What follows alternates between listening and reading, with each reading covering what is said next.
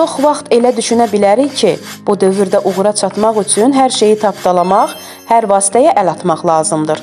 Bəlkə də bu cümləni çox eşitmisən. Bu dünyada yüksəlmək istəyirsənsə, gərək hər cür iş görəsən. Amma Allah Quranda tam fərqli bir yol göstərir. Tilkəd-dərul əxirətu təc'aluha lillezine la yuriduna uluvan fil ardı və la fəsadə. Biz bu yüksək və uca axirət evini yer üzündə təkəbbürlük, hökmranlıq və fitnə-fəsad iddiasında olmayanlara nəsib edirik. Allah buyurur ki, əgər ən uca məqama çatmaq istəyirsənsə, başqalarını tapdalamağa ehtiyac yoxdur.